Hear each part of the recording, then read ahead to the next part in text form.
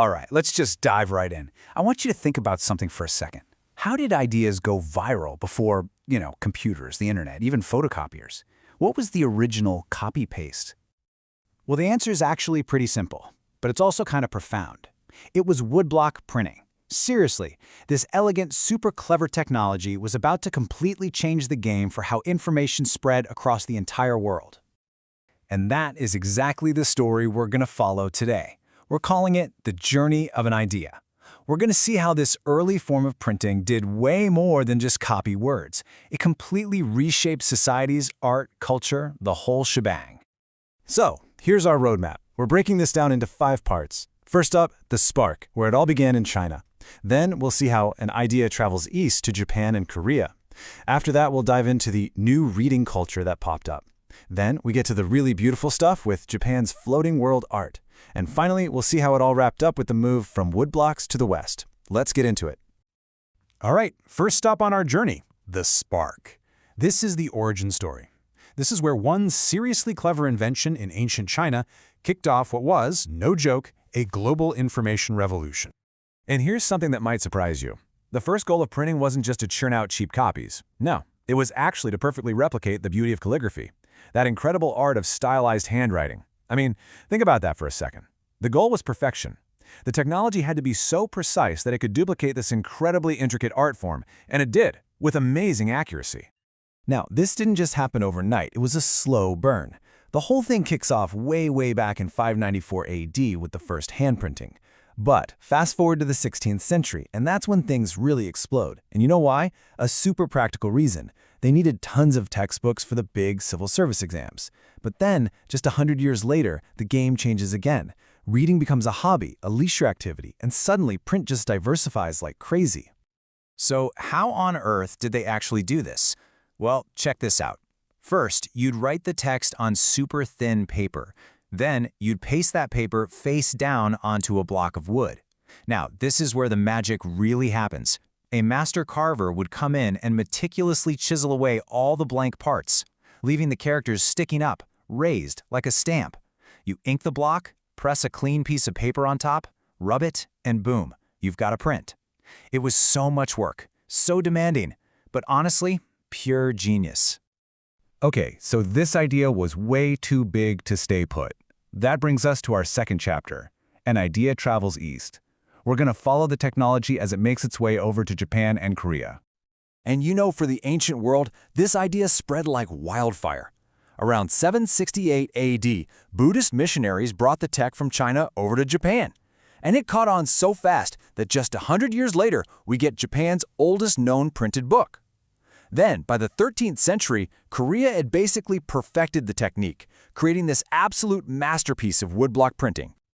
So let's talk about that book for a sec, the Diamond Sutra. This thing is a huge deal. It's the oldest one we have from Japan, printed way back in 868. And what's super cool is that it's not just text. It has these beautiful wood-cut illustrations right there with the words. So right from the get-go, people understood that print was perfect for combining words and pictures. Okay, but if you really want to understand the sheer scale of what they were doing, just get a load of this number, 80,000. 80,000! That's how many woodblocks it took to create the Tripitaka Koreana, this massive collection of Buddhist texts in Korea. It's just mind-blowing. The dedication, the skill, it's unbelievable. It's so important it's now a UNESCO memory of the world. All right, so we've seen how it was done. But the big question is, so what? What did it all mean? That brings us to part 3. The new reading culture. This is where we get to the really juicy stuff. How print didn't just copy things. It completely changed society. It changed who was reading, what they were reading, and even why they were reading in the first place. And this is where the real revolution was. See, for centuries, reading was basically for the elites, right? Scholar officials, government guys. But then, come the 17th century in China, cities are booming, and suddenly, the audience for books just explodes. We're talking merchants, rich women, regular people living in the city, and they were all hungry for things to read. A whole new market was born. And this new crowd, they didn't want to read boring old textbooks? No way. Their demand created a total boom in all these new genres. We're talking fictional stories, poetry, autobiographies, even romantic plays. All this stuff just floods the market. And for the first time, really, reading became a popular hobby, something you did for fun.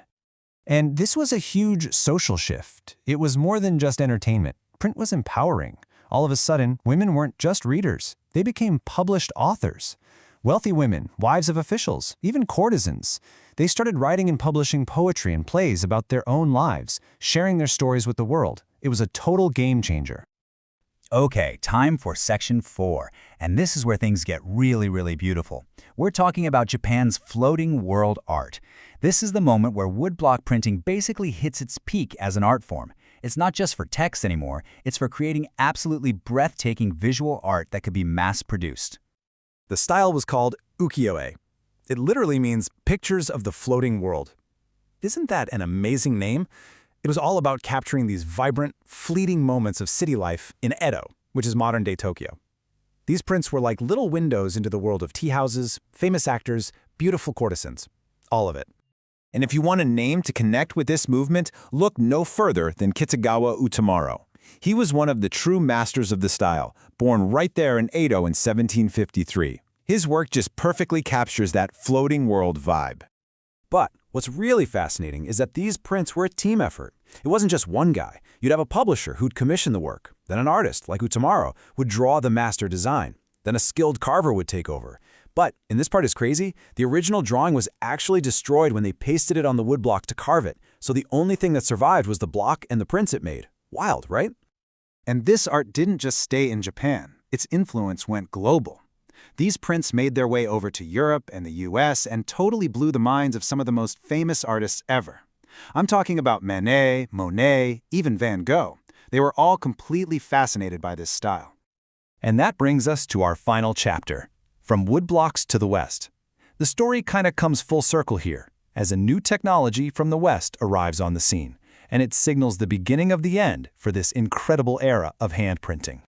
So, in the late 1800s, Western mechanical printing presses start showing up in China. Shanghai becomes the new center for all this.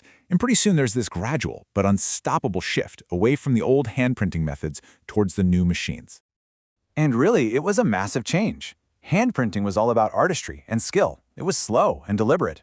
Mechanical printing was all about speed and mass production. It was fast and industrial. It's that classic story, right? The soul of the craft versus the power of the machine.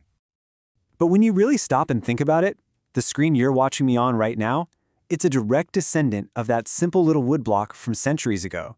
It's all part of the same amazing journey of how we share ideas. So that leaves me with one last question for you to think about. What do you think the next giant leap will be?